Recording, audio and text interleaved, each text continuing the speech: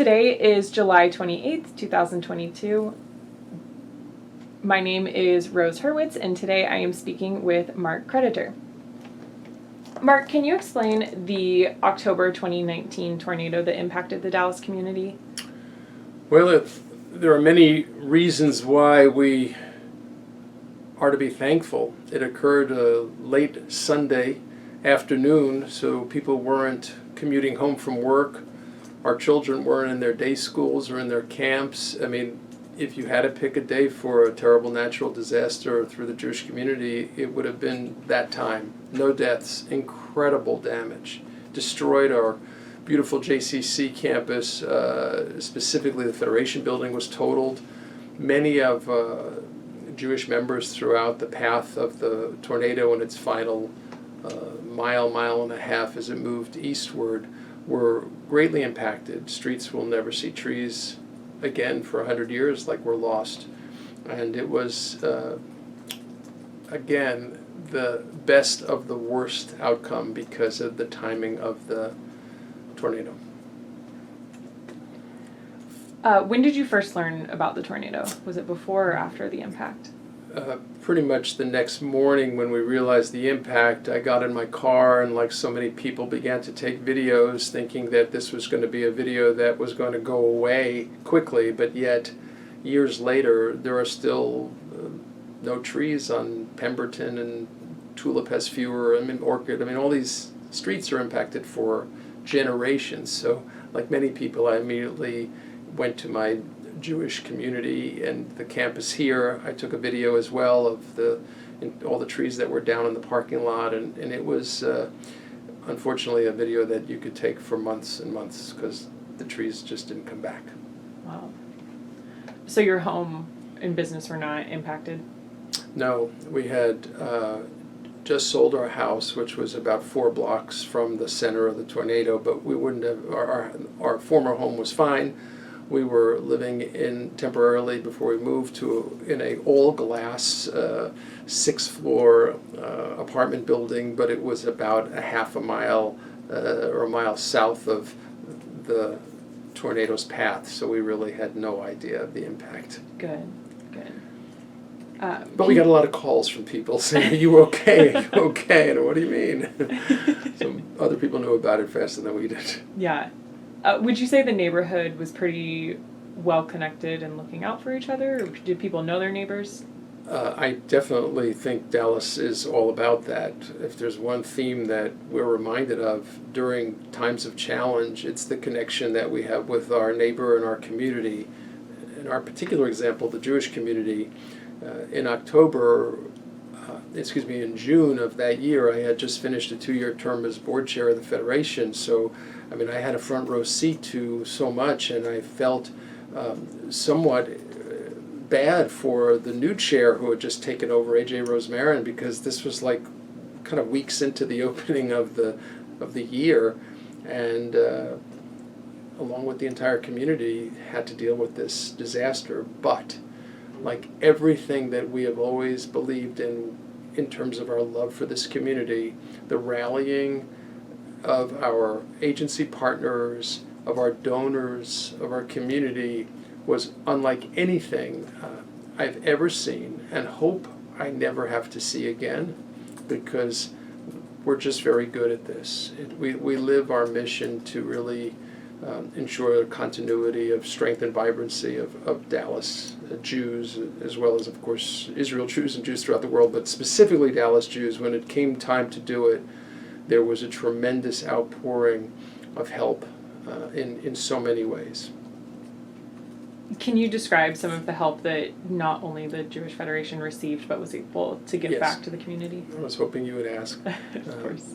We talk a lot about partnerships and working with other agencies, and almost immediately we partnered with the Dallas Jewish Community Foundation and together raised hundreds of thousands of dollars of existing money, of new money, and together I was part of a very important allocation committee that probably did some of the most important work you could ever do. We had rabbis that were able to be called upon by congregants anonymously that couldn't eat and couldn't fix their homes, and we were sending out dozens and then it became hundreds of debit cards to people anonymously through this rabbinic network. And I just want to stop and say, when I say rabbinic network, I mean everyone from the Reform to ultra-Orthodox. That is the beauty that Dallas has all the time. It didn't take a crisis for us to love each other and work together. It's just what we do in Dallas, and that is what I was constantly speaking about. And then when I saw it in action, that the rabbis, the congregations, the agencies, anybody that needed help, others were there to help. Jewish Family Service, especially with the food pantry and providing kosher food, and retailers and stores and kosher restaurants. I mean, it was some of the most beautiful work that I've ever seen a community do.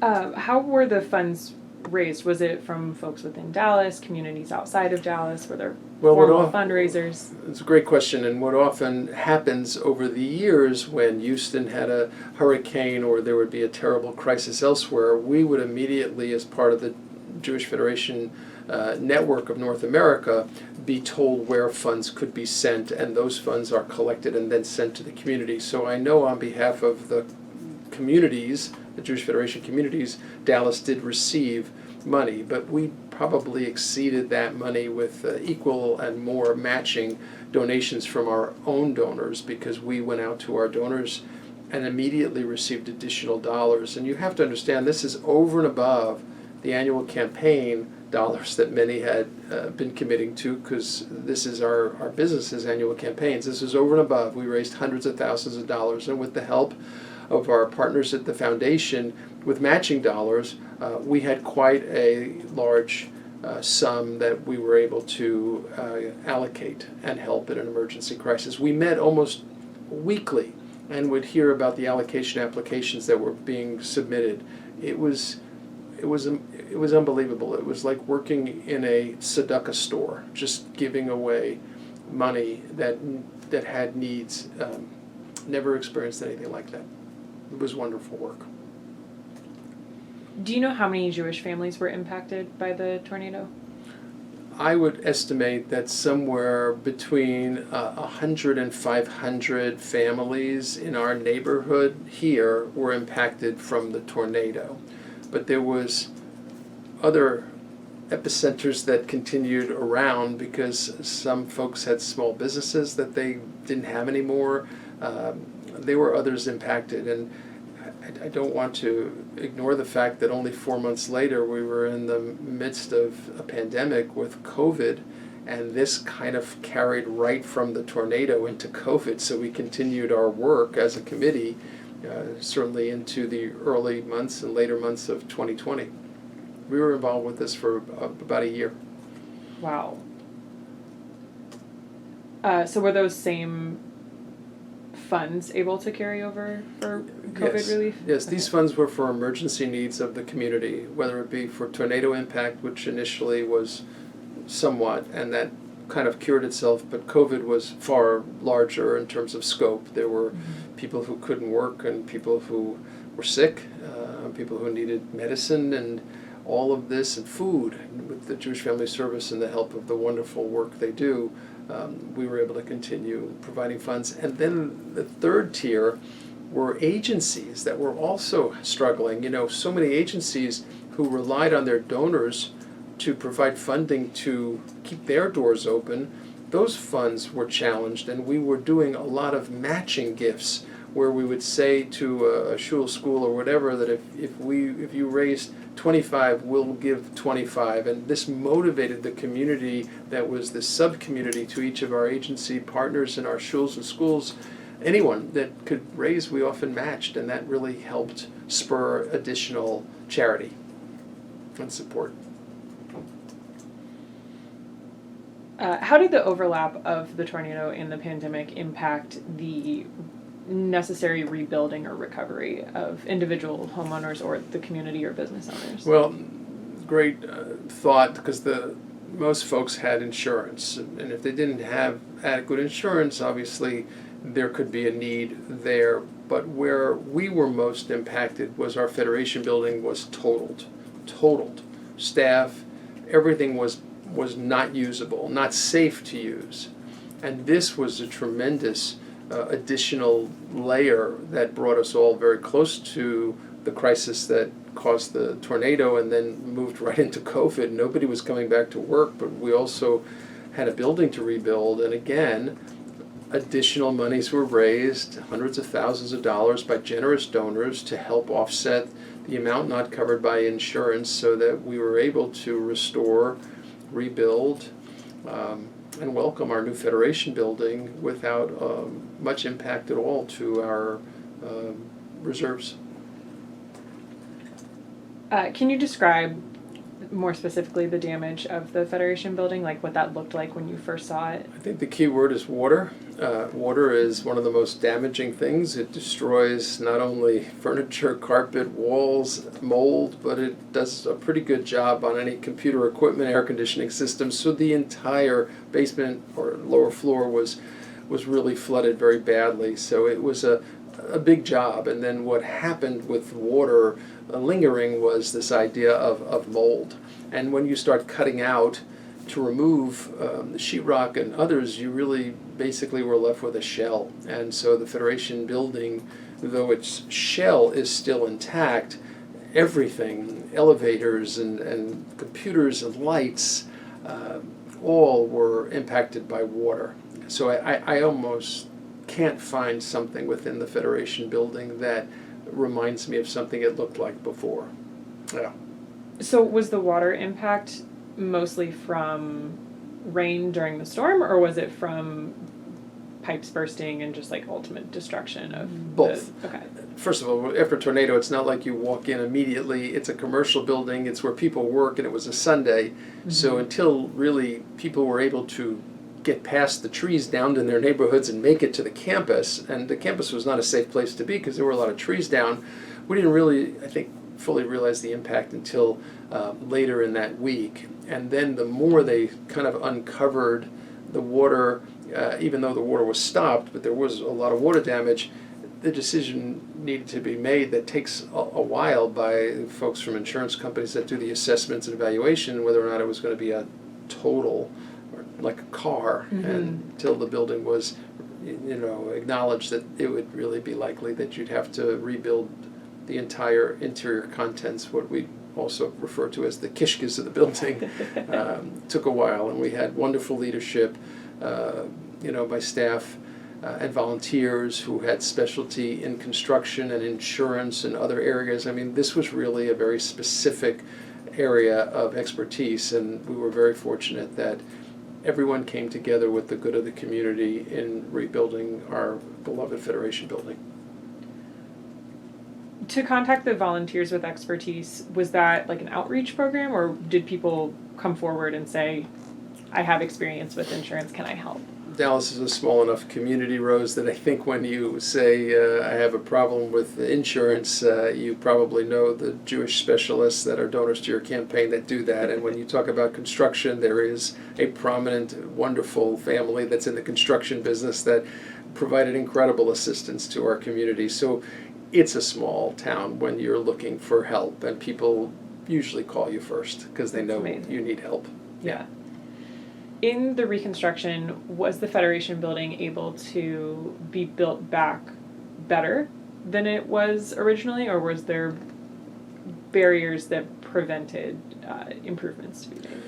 There was no barrier because we really started with walls, a blank slate, 2 floors and walls. And I think there was some focus group discussion of things that we knew we wanted to change with regard to meeting rooms, with regard to technology, open office space, so that we could, I think, fit more people in the same square footage. In the old Federation, everyone had a large office, private office, and that's just not the style. Plus, it was very inefficient when you would tell someone we had this many thousands of square feet, they would assume we are having 50 people housed there, and we're saying, oh no, we're tight with 30, and they would realize soon that everybody's got a very large office. And so the ability to grow for the next 10, 20, 50 years in that building by providing more efficient space planning, I think was a blessing. And also we were able to re-outfit kitchens and elevators, mostly meeting rooms, small meeting rooms, large meeting rooms. The Federation building is really the central camp space for the community for meetings, as well as the Jewish Community Center next door. But we feel very proud when we host meetings that it can be done now in a very professional, private, high technology environment. And what was the damage to the JCC? The JCC I know less about, but I believe there probably was some water damage in the lower floors, which is usually where it occurs. But I think the heartbreak of the JCC was the landscape. I mean, anyone can easily build back a building, but it was the trees, parking lot, that was very sad. In fact, there is a park that was out in the middle of the JCC, which had rolling grass and trees, and it was literally scraped and rebuilt because there were so many trees that were down in that little park area in the center of our Jewish community campus. And that really kind of shows you the impact of this tornado, that it destroyed a park. Gosh. During the Reconstruction period, were conversations had or decisions made about changing the insurance coverage or future disaster planning within the Federation? I believe that our agencies, represented by excellent professionals, were able to provide that expertise in terms of modifications that might need to be made in future insurance. But I did not hear of any conversations that started with, we should have had, we wish we had, it's a shame we didn't have. I think we have been cared for by Jewish professionals in our community who have expertise in those areas. So I think we were fine.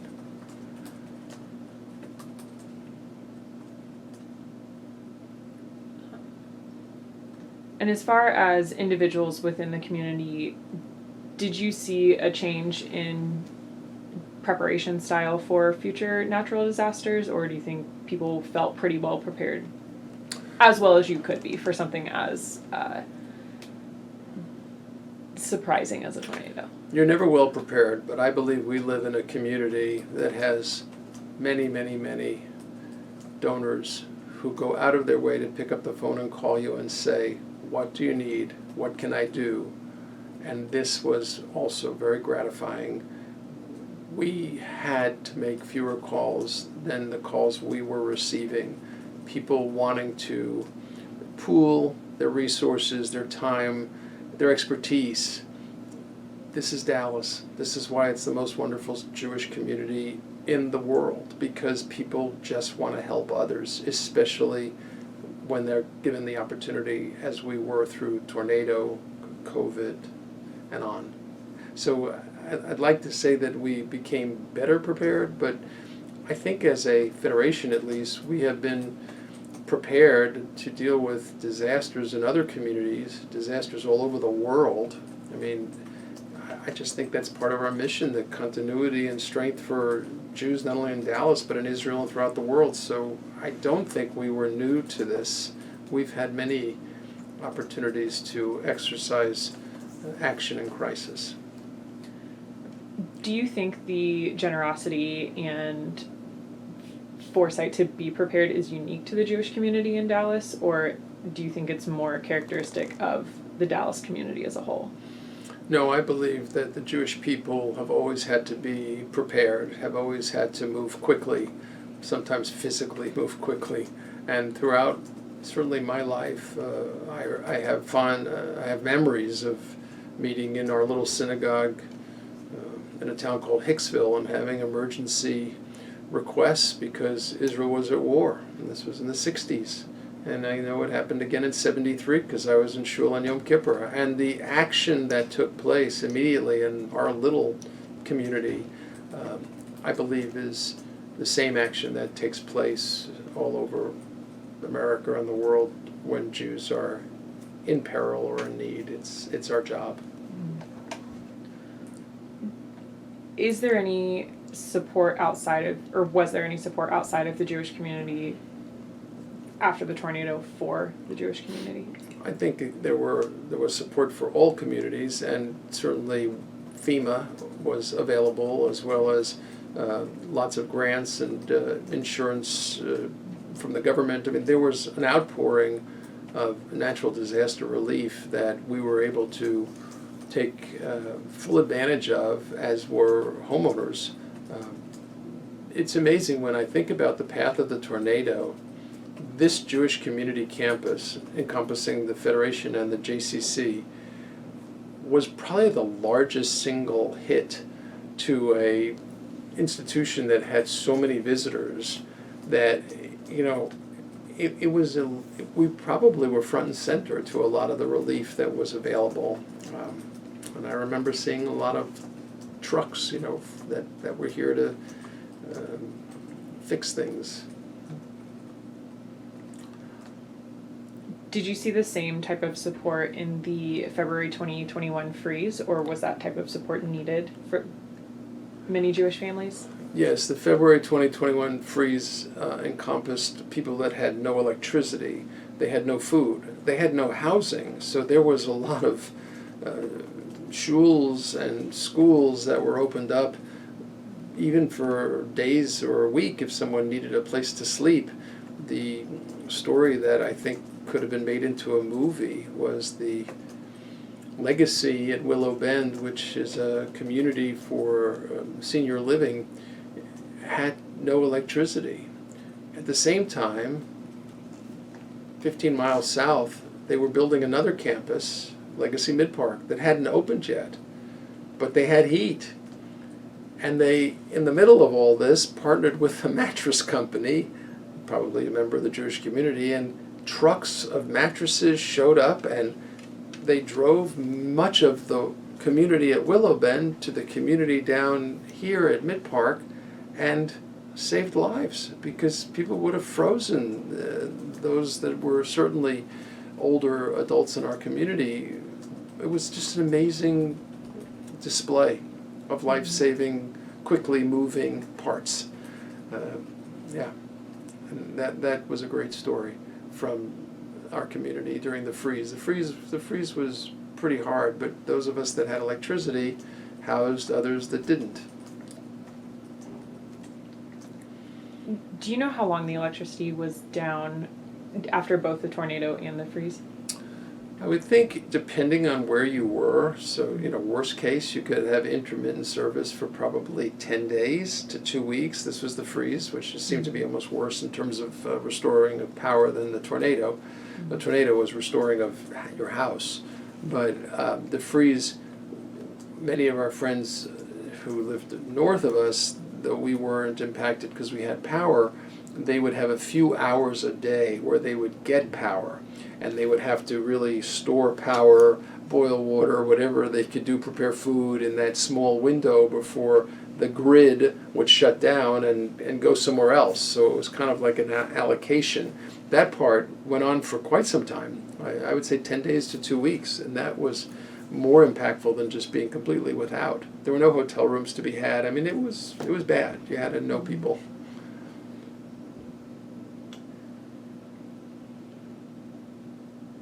Had the community really been impacted by a natural disaster prior to the 2019 tornado that you can remember?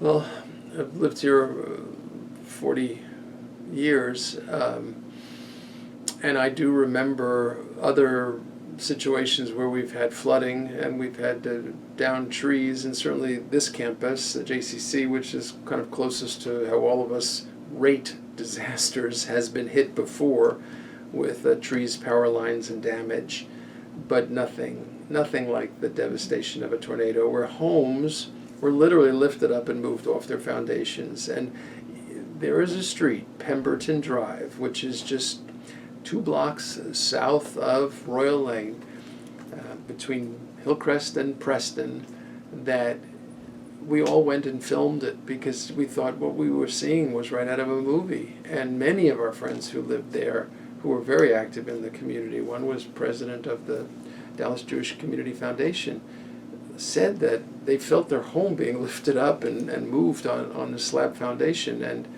it is a miracle that there were no lives lost during the tornado. It was that impactful. Many of the homes needed to be rebuilt completely. There was, even to this day, there are vacant lots in walking distance to the Jewish Community Center that still haven't been rebuilt on Royal Lane, and we're going on to 3 years since the tornado, and some of them are still vacant. Goodness. Do you know if many of the homes that needed to be rebuilt, if those families stayed in those homes or if they relocated? I believe most of them stayed in their homes. Okay. They had an opportunity to rebuild their home. I know certainly we have leaders here at the Jewish Community Center that walk to work and want to stay and waited to have their home rebuilt. And most of my friends that I know who were impacted stayed in their homes. Do you know how the reconstruction has impacted the general real estate in the area? It's a very, very, very small speck. We have a huge real estate area, and this is a small subset of a couple of hundred homes, but the impact would certainly be felt if you needed to hire a contractor, which is, again, not a builder of new homes, but anybody who is a contractor. There is and continues to be a long wait for contractors who are been backed up probably since the tornado, and then obviously we have a booming local economy. It is very, very, very hard to get a contractor to do work at your home. So Wow. that probably has been the biggest impact, the impact of patience. Okay. Were many contractors outside of Dallas hired in the immediate aftermath? I believe people came in from Houston and other communities that brought plywood with them and helped immediately. That's kind of what they do, and FEMA, I'm sure, also did it. But to use your regular contractor you've done work with in the past was going to take a while because they had 4 or 5 jobs already lined up. It was hard. Architects, everybody was very busy and continues to be busy. Do you know if the supply chain issues that we've seen in the past 2 years have impacted that reconstruction at all? I don't think that the supply chain issues needed a small tornado, a tornado in Dallas to impact, but I can certainly say that as a community, we are all waiting for and continue to change appliance brands and appliances, and you're told that the first thing you need to do if you're going to be moving into the house in a year is go order the appliances. So we've become a different consumable society of a Jewish community in Dallas. We tend to plan much more in advance than we ever did in the past. Dallas always had plenty of supply, but I think about specifically appliances, it's the first thing you do before you even plan the house. Go order the appliances because it'll take you a year to see it. Goodness gracious, that's Still, a long time. it's still that way. Wow. Still that way. Would you say that overall the attitudes or behaviors around natural disasters have changed within the community, or if it's stayed the same? Oh, I think we are totally aware with both eyes open of what a natural disaster feels like. We have been, as a community, certainly through the work of the Federation and other agencies, always rescuing communities all over the world when there are tornadoes and hurricanes and natural disasters, tsunamis, and always felt like things don't really happen in Dallas, but now things happened in Dallas, right in our backyard. I definitely have now experienced the aftermath of a tornado. I see what it looks like. The freeze was pretty significant. Nothing like that I had ever experienced, and we experienced a lot of freezes in 40 years, but this one was big. So I think we are all much more aware, and we have empathy towards our fellow communities elsewhere when they go through this. Are there any events that stand out in your mind of traumatic events outside of Dallas that the Dallas community has supported? It's such a loaded question because, as in the words of someone you never heard of, Rosanna Dana, who used to say it's always something. It is always something, and when I think about, unfortunately, shootings that have occurred in communities, anti-Semitism that has caused death and destruction in communities, there's something always happening, and it is hard to even speak of any specific ones, because by the time someone is finding this tape in the Historical Society, it will be just a minor footnote. But we had a synagogue a few miles away in Colleyville, Texas, recently taken over by a terrorist that ended in his death, that the rabbi and some congregants were held captive on Shabbos. Our Federation representatives were immediately on the scene. We have now in our community, in our Federation, a full-time security director. Security is now probably going to be one of the words that we include in what we often say we provide. We used to want to provide vibrancy and strength. I don't know where safety now doesn't have a place in our Federation mission statement, since we spend so much valuable time really helping and trying to ensure the safety of our agencies, our schools, our shuls, and that's big. And that is specifically because of so many incidents that have happened in this world and in this country that have made us much more aware. I get alerts on my phone if there's a problem in San Antonio with a problem at a shul or someone who may be a terrorist. I mean, we are always on alert. It's something that we did not have 5 years ago, and it's unfortunately something we continue to have. As I pulled into the Jewish Community Center today, I see a police car parked behind a gated entry with a security guard. I walk in the front entry, there's another security guard. I have to get in by showing and scanning my card. These are things that are necessary, wonderful, and comforting. And this is why we always have to support a community, so we can be ahead of the curve of needs. And we always try to be here in our community. Did the terrorist event in Colleyville impact attendance at Jewish events or synagogue or community meetings temporarily or long term? I am sure that people going to shul that Shabbos, I was in shul that Shabbos, and I got the text about the problem. Not that I should be checking my texts in shul, but we knew something was growing or happening, and it didn't prevent me from going back to shul the following weekend, but there was definitely a higher level or presence of security at the synagogues, and we began as a federation to really open up our offerings to say, can we come and walk your shul with you and look at your doors and your entry, and we have this full-time security person on our staff that was very busy after the aftermath of Colleyville, helping and trying to ensure the logistics and the layout of synagogues and how they react. So again, we try to stay ahead of it, but I don't think it scared anybody. We're not kind of a fearful community here. Great. You've answered all of the questions that I have had. Is there anything else about your experience that you want to share that you think I haven't covered today? I think as a community you prepare a lot, you make allocations, but you also have reserves, and we say, what do we have these reserves for? We say rainy day or crisis. Well, we've had plenty of rainy days, freezing days, windy days, and enough crisis in our community over the last 36 months to learn why it is so important to have this strength of a community. In my particular connection centered around the Federation and the work we do, and certainly our partner agencies, the schools and the Jewish Family Service. It's such a need, and I mean, my message is to continue to be charitable and continue to teach your children to do it, because that's what makes this community sustain itself through crisis. All right. Thank you so much.